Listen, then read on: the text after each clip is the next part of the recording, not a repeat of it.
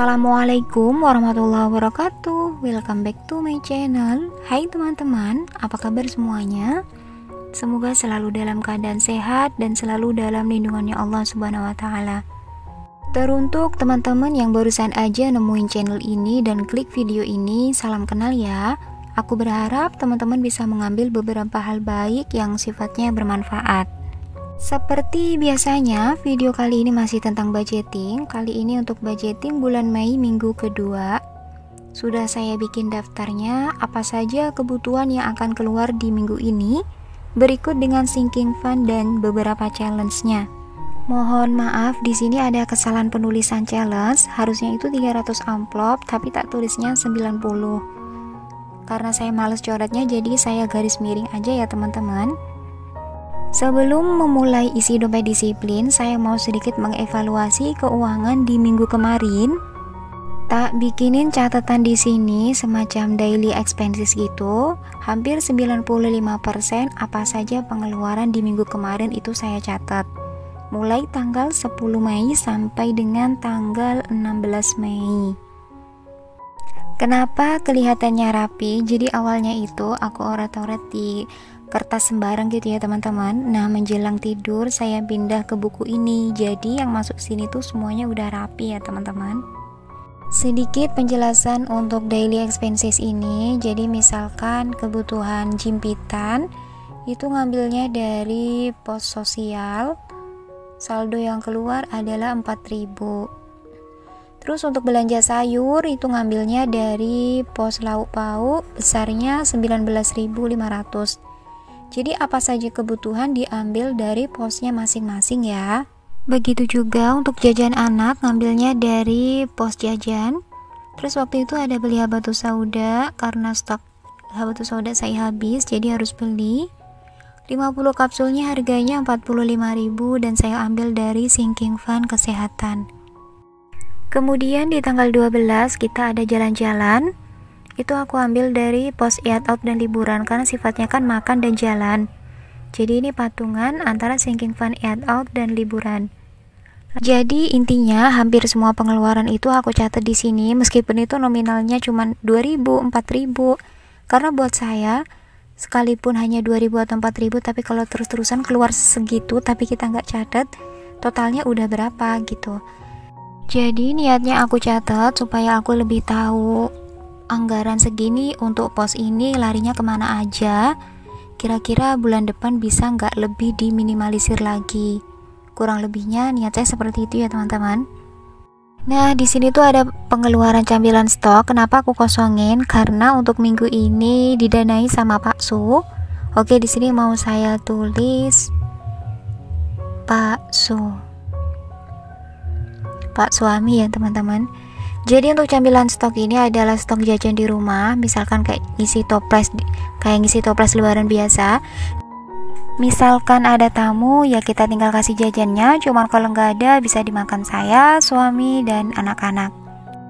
Di tanggal 16 Mei kemarin ada pengeluaran mayoran. Jadi mayoran itu bahasa dari waktu kita masih mondok dulu. Mayoran itu semacam kita makan tapi menunya agak lebih istimewa dari hari-hari biasanya. Makannya tetap di rumah, cuman untuk masaknya itu kita bikin agak lebih istimewa gitu. Niatnya untuk mengapresiasi diri supaya lebih bisa bersyukur atas segala nikmat yang sudah Allah berikan ke kita selama ini. Untuk jajan anak pun saldonya juga tidak besar ya teman-teman.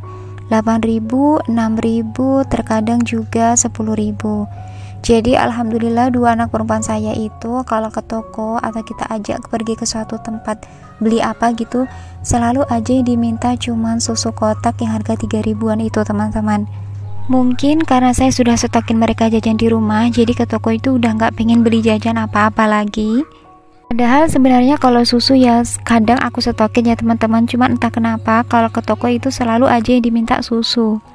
Oke lah teman-teman, kita langsung lanjut aja untuk ngisi dompet disiplinnya. Tapi sebelum itu aku mau cek dulu apakah ada sisa dari beberapa pos di minggu kemarin.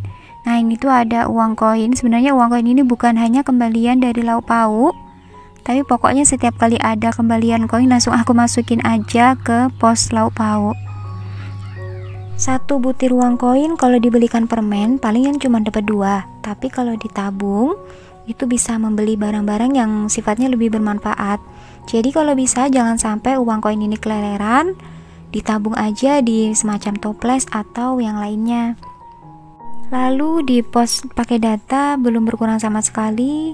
Bensin juga kemarin berkurang 20.000, jadi ini masih ada sisa 5.000. Selanjutnya di air PDAM masih utuh, gas utuh, groceries ada sisa 2.000, berarti kepakai 37.000 ya teman-teman. Nah ini yang harus selalu habis, tidak boleh ada sisa sama sekali. Terus di pegangan juga habis.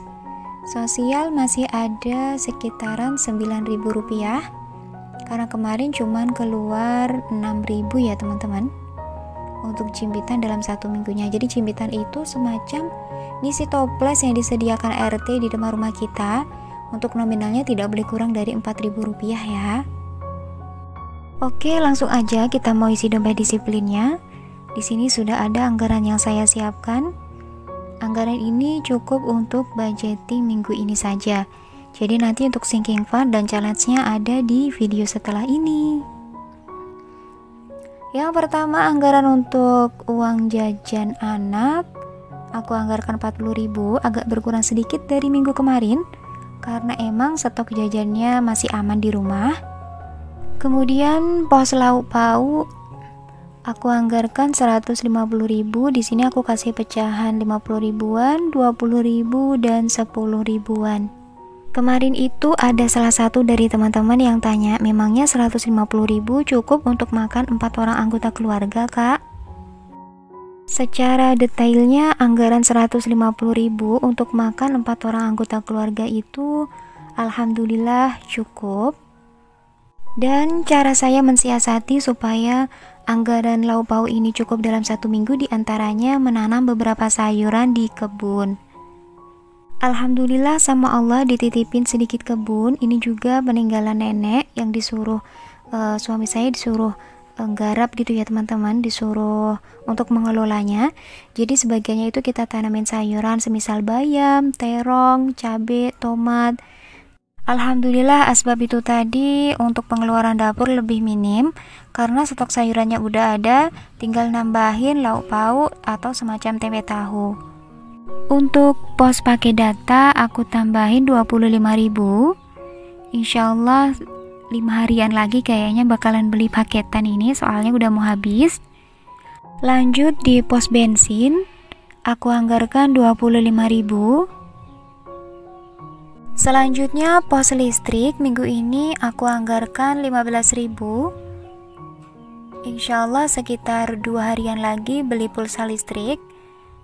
Dalam 1 bulan rumah sini itu hanya menghabiskan pulsa listrik 40.000. Lanjut anggaran untuk air PDAM aku tambahin 10.000.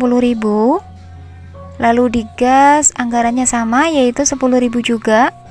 Lanjut pos groceries. Minggu kemarin masih ada sisa 2.000.